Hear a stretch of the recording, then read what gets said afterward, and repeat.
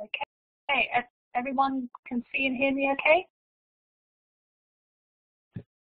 I just need to try and find a way to go through these slides. Here we are. Building conversation strategies. What I want to do fairly rapidly is look at what we mean by conversation strategies, and then say a little bit about why they're important. And finally, and this is where the majority of the webinar will be, we'll be looking at how we can teach these strategies to our students.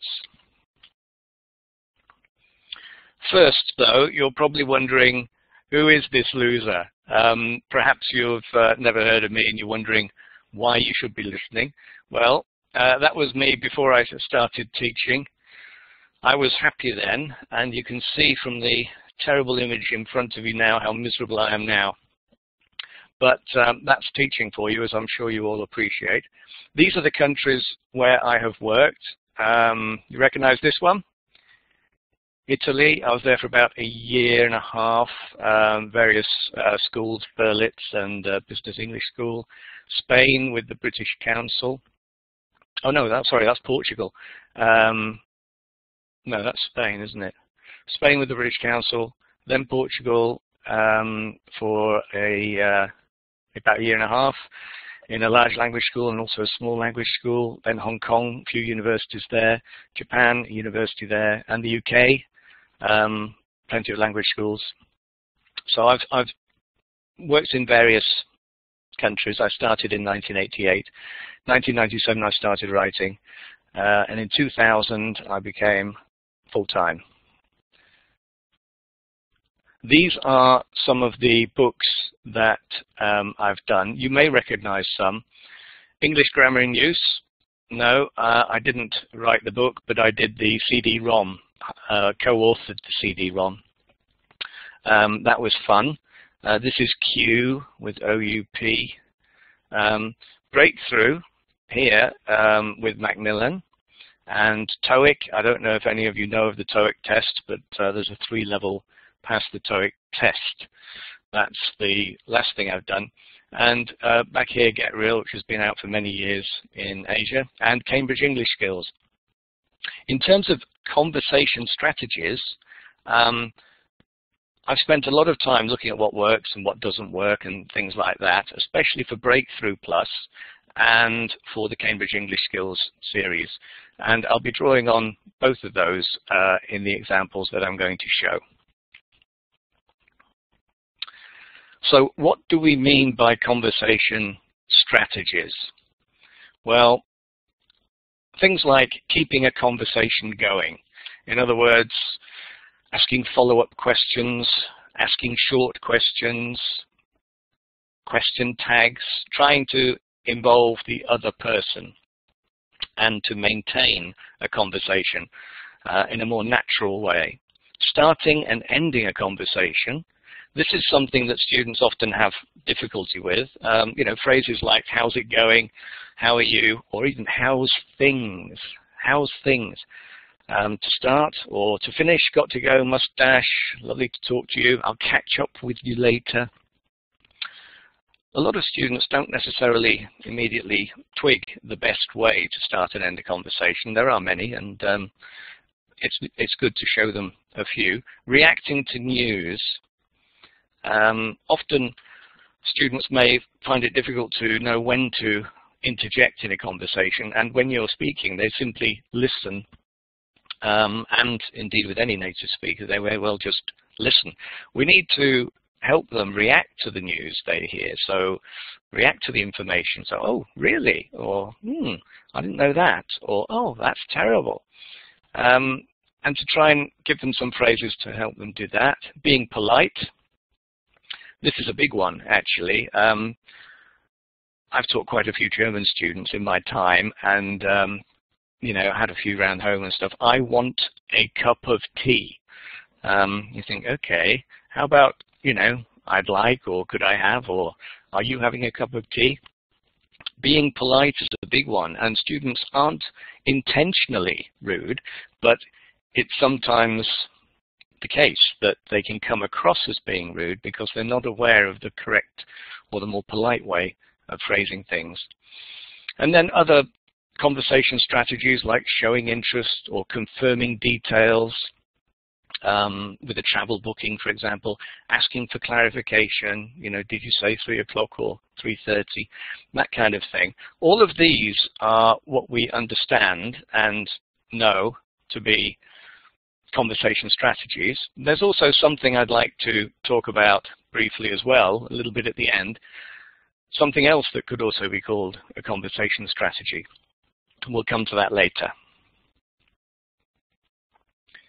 Now, very briefly, why they're important. We all focus on listening, speaking, reading, writing, grammar, vocabulary, pronunciation, and so on. These days, conversation strategies are far more widely taught, if you like, than before. They're important because in our native language, they're things that we use naturally and instinctively all the time. But in a second language, it's very hard to try and remember or know how to use these strategies. They're not natural or instinctive. We need to think, we need to practice, and students need help using these strategies. The good news when it comes to teaching strategies, I think, is that it's actually fairly straightforward. They are mainly vocabulary driven. The phrases and expressions can be categorized quite easily into the different bands of conversation strategies that we looked at. So the vocabulary-driven nature makes them fairly easy to teach, but in fact you can't simply give students a list of phrases to use and a note of when to use them. As you know, as teachers, we have to get them to practice. And in the classroom, this means, I think, using models, short models, long models, conversational script, extremely useful because they give context and they allow for safe practice. I also think that we need to develop these, work on these in a structured way, a structured approach. First, present the strategies and the language. Then, practice in the class.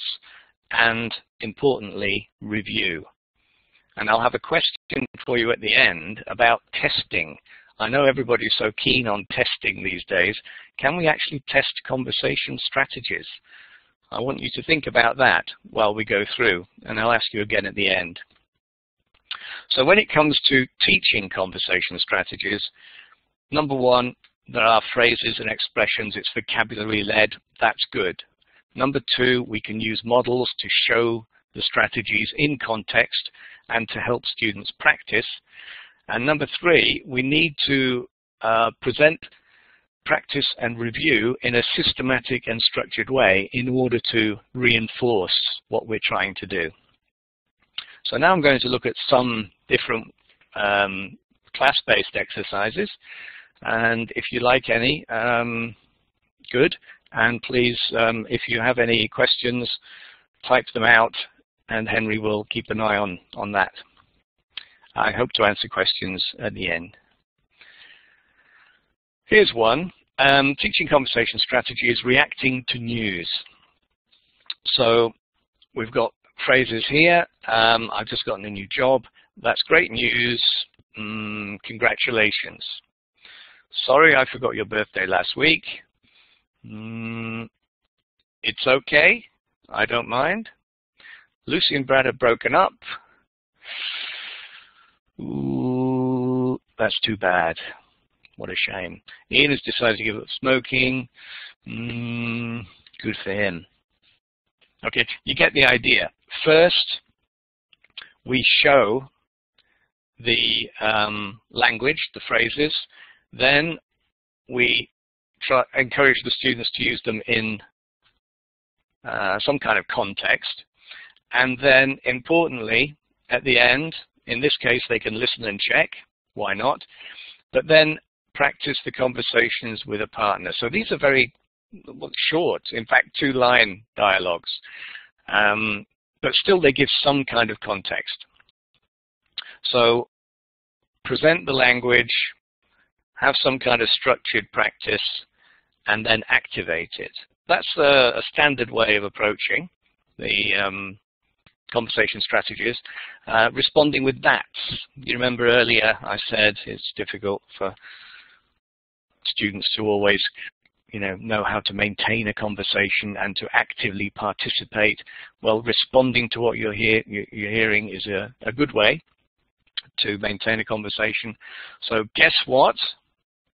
I've finally passed my driving test. That's crazy. You're a rubbish driver. No. That's fantastic. Congratulations. John's left his briefcase here.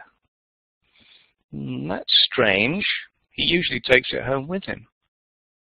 So you get the idea.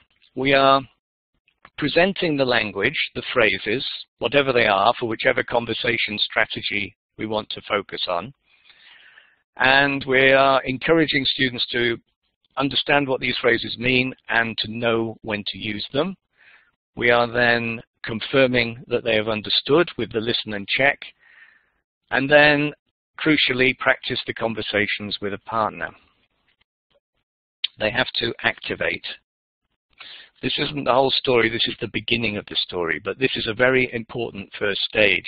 Without first understanding what the strategy is, and without also having the phrases necessary to use that strategy, and without a comfortable exercise to introduce them into how to employ that strategy, and then activating it, then we can't expect students to take it any further.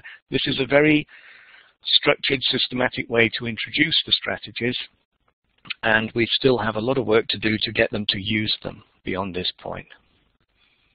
So we present the functional language in context, in a model dialogue, and we then practice using those models. The practice can be brief, or it could go into more detail, or it could be more room for personalization. There could be controlled practice and less controlled practice. So first, present. You see here these phrases, asking for permission.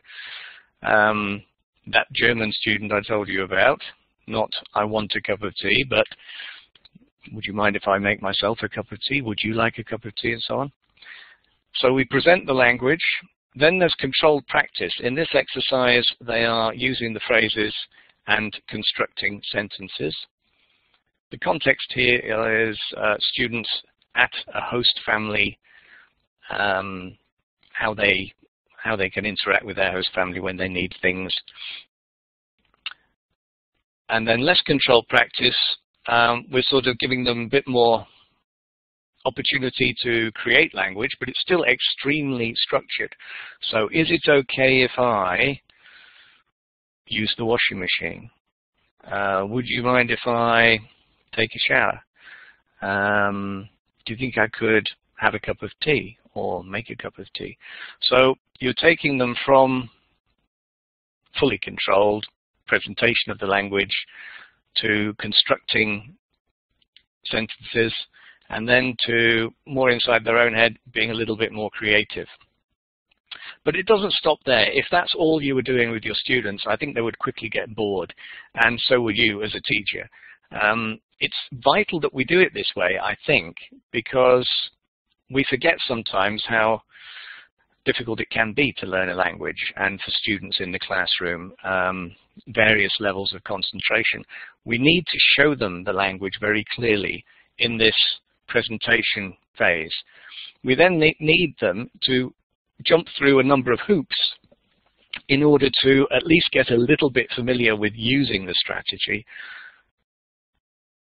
But vitally, we need them to use these strategies in a more free practice with more personalization. So we present, we practice using models, we can practice in a very controlled way, or in a less controlled way. But then we need free practice. We need personalization. We need the students to create their own conversations and to employ their strategies, the strategies within those conversations. It's not simply about presenting language. If you do that all the time, it's good to vary it, in fact. So this one, here, responding to information again, and here are some phrases like, oh yes, oh really, that's interesting, I didn't know that, that's good, how amazing. But this time, we're asking students to look at the expressions, but then listen to a conversation that they heard. So they've already done a listening exercise based on a dialogue or a conversation. And now we're going back, we're revisiting that, and we're asking them to pull out these conversation strategies, these phrases. So they're eliciting from a text. In this case, it's an audio text. Sorry if you can hear barking, by the way. That's my dog. Somebody's come to the door. So they listen and they identify these phrases that are used to react to what you hear. And then, importantly, you've got to practice. I've called this practice plus. Practice here means they're listening. They listen to a statement, for example, I'm from Manchester. And then they're using one of these phrases to respond. Oh, really? Really? But we're also asking them a little plus. We're asking them to do more. In this case, a follow-up question. What's it like? Why does it always rain there? Is it really such a big dump? Sorry if you're from Manchester. I grew up there, as you may be able to tell from my accent. So we can elicit the key phrases from a listening text, for example. And then we can then practice them, but not practice in the controlled way we saw before. But this requires far more on-the-ball active participation. You know, I'm from Manchester. Really? What's it like? They have to, A, understand the statement, B, choose a suitable phrase to respond with, and in this case, C, add a follow-up question. Much more challenging and more like real-life practice. Maintaining a conversation. Here, for example, we've got short questions. My brother likes traveling. Does he? I went to Africa last year on vacation. Did you? These books were written by my uncle. Were they? Most things are manufactured in China these days. Are they? I think that movie was directed by Steven Spielberg. Was it? So we're asking them to respond quickly. In this case, it's easier than the one we just looked at. They can read, and then they think about the grammar, and they can write their answers. Then they listen and check, and then they practice. So we're back to presentation and practice, but in this case, we're giving them time to consider first, and then activate.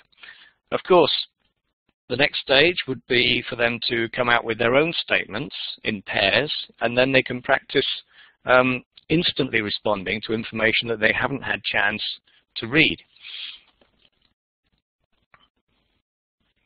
There are other ways as well that we can look at. Again, this is listening, making small talk. This is something that terrifies a lot of students. You know, what am I supposed to say? You know, oh, there's a party or a disco, you know, let's all meet up or speak English or whatever. Well, what am I supposed to say? You know, just making small talk is itself an art. In this case, we're showing via contrast. We've got one person who's at a party in a friend's home, and there are two conversations with two different people that she meets. She meets this guy called Tim, and she meets this guy called Nick. And students listen to two conversations. One conversation, in fact with Tim, is pretty short, and it's not a successful conversation. The other conversation with this guy called Nick last much longer, and it's far more interesting. We're asking students why one conversation would be more successful than another. And we've got these key questions. Who talks about himself? Tim. Who responds to information? Well, that's Nick. Who doesn't ask questions? Tim. Who shows interest? That's Nick. Who asks a lot of questions? That's Nick. And we're sort of asking them, in fact, to deduce why one conversation, casual, informal conversation at a party, would be more successful than another. They note their ideas, and in fact, this is what you're leading to. Nick, who is responsible for the more successful conversation, he asks follow-up questions. He uses question tags or short questions as well to sort of reply questions. You know, he's interacting with the conversation, not simply delivering information but responding to it. So in terms of keeping a conversation going and making small talk and so on, then showing via contrast is always good. Why does this conversation work, and why does this conversation not work quite so well? When students identify the reasons, then they know what they have to do. And then, crucially, the practice. And this is the practice where they take a little bit of time to prepare, and then they interact in the same situation. In this case, it's a party. They pretend they don't know each other. They're meeting for the first time, and they're having a chat in English, and they know that they have to ask follow-up questions and use question tags and reply questions and show interest, like, oh, really? I didn't know that. And then they get an idea of how a successful conversation works in English. It's exactly the same in their own language. That's the important thing to tell them. They do it instinctively in their own language in L1.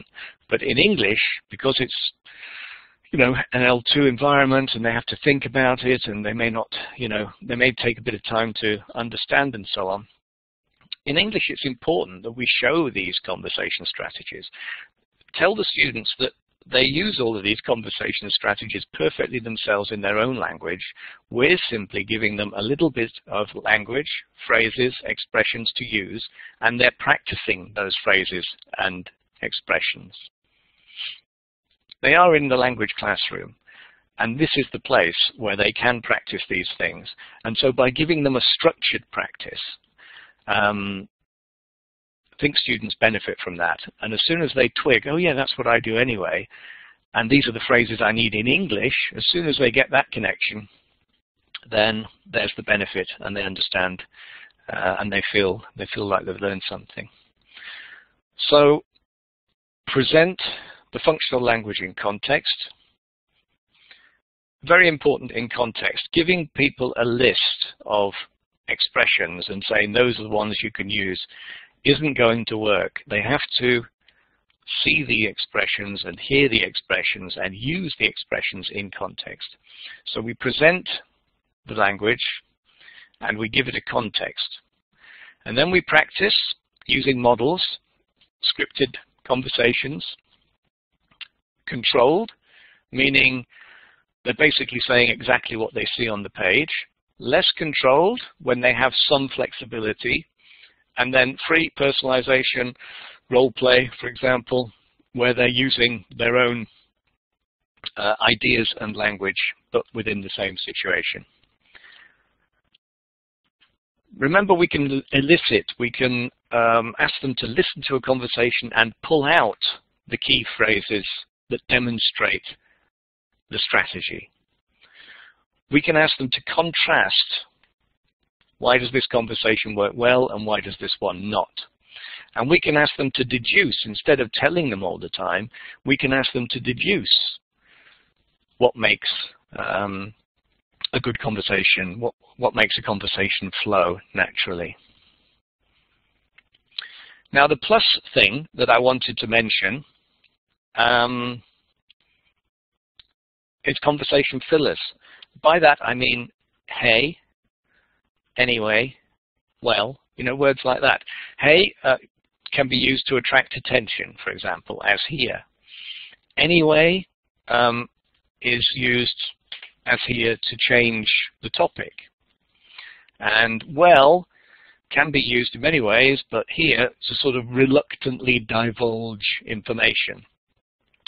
But if you write down those or tell students, we use hey when we want to attract attention, okay, they get that. But we use anyway when we want to change the topic. You know, it's too intellectual, it's too scripted. What we need is for them to see these phrases and hear them in context. So remember, this is listen and read.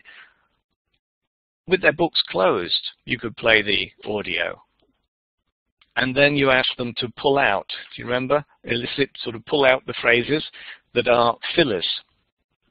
And then they can open their books, they can find them, they can study the way they're used. We can also recycle, like that's too bad, responding to what you hear, you remember? And no way, you're kidding, right? We can use a scripted conversation like this to showcase these fillers and idiomatic language. So they can see the language, they can practice it, and then they can hopefully feel more confident about using it. So the real message here is that there isn't simply one approach that you can take for trying to help your students with conversation strategies. There are many. First, I think it's important that they know what the strategy is and that you explain it and that you show it. You can show it in a text that they read. You could show it in a text that they listen to. Either way, they need to see it in action before they can do it themselves. So you can present them with the strategy. You can then give them the language that they need in order to fulfill that strategy, and then practice it in a controlled or a less controlled or a free practice role play type thing. Depends on the level of the students, what kind of approach you can take. But I think it's always worth going slowly, and then they can pick it up and push it forward themselves. If you dive in straight with a role play and a few words on a page, it is less successful than taking a more structured approach that carefully leads them to that point. The approach you take can be varied, as we saw, but the important things to remember are that students must use these strategies. There's no point explaining them like I'm explaining to you now. There's no point a teacher doing that with a class, because the class is sitting there going, yes, I see that. Yes, that's a good point. Okay. That's no use at all. These strategies can only work if they're actually practiced. It's not just introducing them or explaining them, it's practicing them. There are several ways we looked at practicing them. There are many more, but it's important that students use them. And then, even more important, is that they personalize them. You can't leave a strategy simply on the page as a conversation between A and B. Although it explains the strategy and it shows the strategy in context and it gives the language that they need, you can't then say, okay, next exercise, let's look at grammar, because they haven't actually personalized it. They haven't, practiced it beyond someone else's words. They need to use their own, and they need lots of opportunity to use those strategies for themselves and to pull out different strategies at different times. Frequent review is also impossible in many cases. Very hard to find the time to keep reviewing these strategies. But if you have a communication class, for example, then it's a bit easier to find that time. If you've got general skills or whatever, it's harder to devote the time that's needed. But the important thing is, you have to review these some way, one way or another. You can't just practice however much fun it may be in class and then never go back to it, because the more they practice, the more this strategy and the language they need for the strategy, the more that moves from conscious to subconscious. And as soon as they find themselves able to employ the strategies without the need to think and to do it instinctively, then you've managed to sort of bring them back to the starting point. You remember in L1, we all use these strategies instinctively, naturally. In L2, we need practice, whatever the L2 language is. The more practice you get, and the more you review, then the more you find that your brain swaps over to its L1 state, and you instinctively, once you know the phrases, you use them. And when it's ingrained in the subconscious, these strategies, that's the target, in fact. That's the final point that you need to reach, I think, with conversation strategies.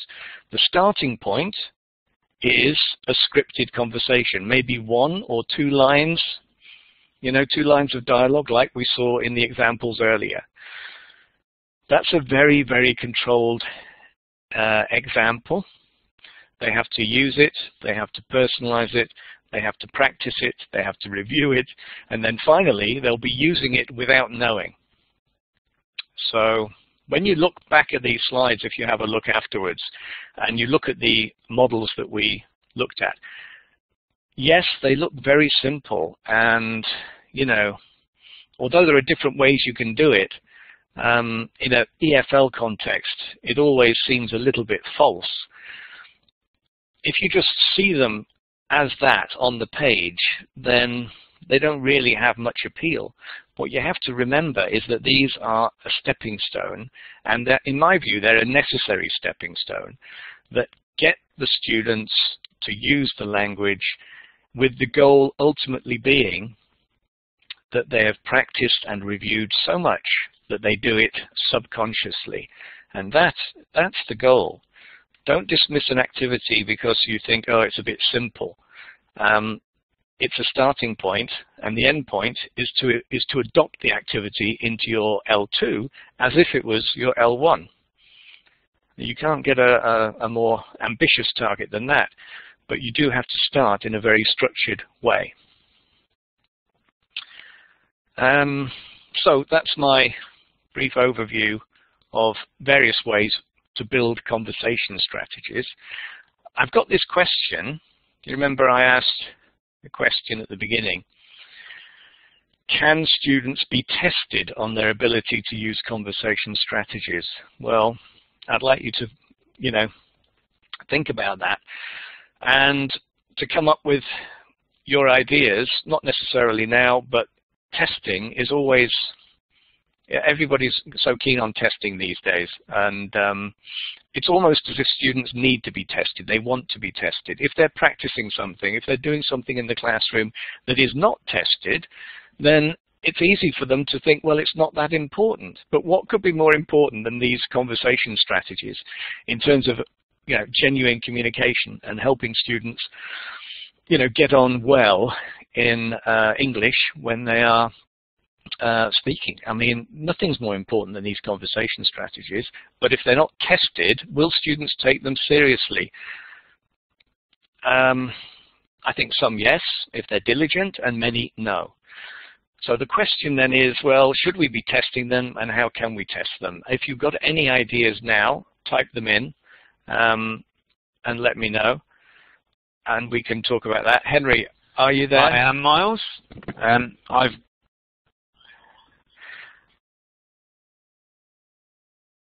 gathered up a few questions which have come in during the talk too. I suggest we just give people a few moments as well to add in any extra ones that they'd like to put to you in the 5 to 10 minutes that we've got especially now. On can students be tested? I'll keep my eyes out for those, but in the meantime, Miles, I'll start with the ones that I had. Well, these came in a bit earlier. And the one I had, I'd spotted, was asking what teachers should do if they're dealing with students who are quite introverted by nature, because obviously these activities all require a certain degree of confidence in terms of speaking in front of others. And do you have any suggestions for ways Yes, that you can get them to come out their I shell? certainly wouldn't have an activity that involves them standing in front of the whole class or having any more than one or two people with them at any one time. I think all students, whether they're introverted or extroverted, get on better in groups of 4 or less. Ideally 2, in my view. 3 if there's a discussion, or 4. So keep them in small groups, and if they're very introverted, try and pair them up with a partner that is responsive to that, rather than somebody who will try and dominate any conversation. Go slowly with it. The language classroom isn't, a psychology test bed, however, and we have to accept the students for who they are. If they are introverted, then they'll be introverted in their own language as well. And if they're not comfortable running around a classroom as if they're at a party, then we needn't assume that it's our fault or our responsibility to sort of make them comfortable. The important thing is to make sure that they're not pressurized or stressed by the English. So I would tread fairly carefully, accept the students for who they are, allow pair work more than group work. A whole class activity is good because everyone's milling around together and they can interact as much as they want. But I would definitely avoid any scenario where they have to stand up and perform in front of the class. So yeah, we have to be sensitive. We can't change their character. We have to work with that. And we shouldn't be asking them to do something that they're uncomfortable doing in their own language. Thank you, Miles. Good answer. Okay, another question I spotted was asking whether these conversation strategies were useful and relevant in preparing students for exams such as the IELTS speaking exam. Well, I think any interaction spoken, these conversation strategies will be useful for. I don't know that they'll be specifically tested, as in this student can react to news appropriately, tick. But in terms of how to conduct a conversation in English and how to help your partner in the conversation move everything along, and how to take control of a conversation, how to give the best impression of yourself when speaking. In anything that isn't a monologue, like a speech or a presentation, then these conversation strategies will be useful, yes. You could tell students that although they're not specifically tested, if they use these conversation strategies at the appropriate time, it will help them appear far more natural and confident and comfortable with the language, which is, of course, a major factor in any test. And thirdly, Miles, what's your approach to correcting students when they're practicing these strategies amongst themselves? What would you recommend teachers do? How active should they be in listening in and observing? Yeah. Well, one thing I wouldn't do is immediately stop them and say, wrong, wrong, wrong, wrong. That's the wrong phrase. It's amazing when you do observations how often that kind of thing happens, however. And as teachers, we are instinctively trying to help our students. So I think the first few years of my teaching, certainly, I would think it was my responsibility to stop the student at the point they made an error and to correct them, because I thought that was the most immediate feedback that they wanted. So you can imagine I was like the teacher from hell in a conversation class because nobody got a word in. However, of course, as time has mellowed me, I've discovered that no, you let people do their thing, don't interrupt, take a back seat, and in fact, just hold a notepad and a pen and jot down a few notes. And don't go through them at the end of that session either, because it feels like too much of a, oh, I got that wrong, or I've been tested and I failed sort of thing. Go through them at the end of the week or at the end of the month, and don't apply them to a particular individual. Just say, look, this person said da-da in response to this question. You know, what should they have said, or what would have been better? It's fine to tell them that that feedback is all based on their own speaking, because they'll appreciate that. But you don't need to highlight individuals, and you can choose the most common errors, because they'll each be making a bunch of more or less very similar kind of you know, mistakes, if you like. By mistakes here, I'm talking about using the wrong language, phrase, expression. You know, conversation strategies are actually, and this comes back to testing, fairly difficult to test, because, in my view, because you can't say, oh, you should have said this, or you should have said that, or why didn't you reply with this phrase? You can't do that. It doesn't work in any language. But what you can do is say, let's think of how we could reply to this sentence or statement. What could we say? And come up with a whole bunch of ideas. Excellent. Thanks, Miles. I think we've got time for one more question. Let's see if anyone wants to have the honour of asking the final question here. So, guys, just type away if you've got anything you want to get off your chest. Otherwise, I can go back and pick one. I'll give you a couple of moments. Okay, Miles, the last question. Is it a good idea to initially present the language just orally, and then, when students have understood it, then write it down, or should it be written down on the board right from the off for them to sort of copy and use in their practice? I would try a combination of different ways. You know, why not? I wouldn't always. There are so many strategies to look at. You know, you can at least do a dozen throughout the lifetime of a class. You don't want to do them all in exactly the same way. I would play you know, a tape or the audio, get them to identify phrases that fit a particular strategy. I would present them with the strategies typed out, written out, and ask them how they might be used. I would do a gap fill.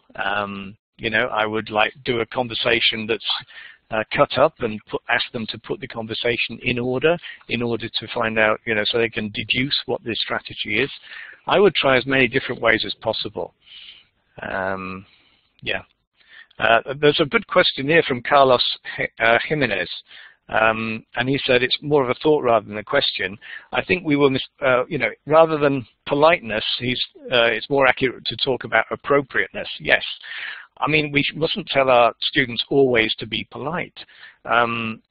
You know, it's more about being appropriate. It's often inappropriate not to be polite, however, but there are cases, you know, where you don't want to sort of encourage them to take some stick for no reason. I think being diplomatic, you know, Carlos, you said appropriate. I think diplomatic is also good. Ways to say something without causing offense, or ways to stop someone talking gently without saying shut up. So I guess, Henry, that's where you can come in now. Perfect timing. Yes, yeah. Well put, well put. I'll try and be polite about this. But that's about it, I think, for this session. So thank you to Miles for answering those questions and sticking around after your talk. I hope you all found that useful. So anyone who's been asking about the books and the resources that some of those activities were taken from, that's Macmillan Breakthrough Plus that Miles authored. I'm sharing the website in the chat box now, so go away and take a look at that if you're interested as well.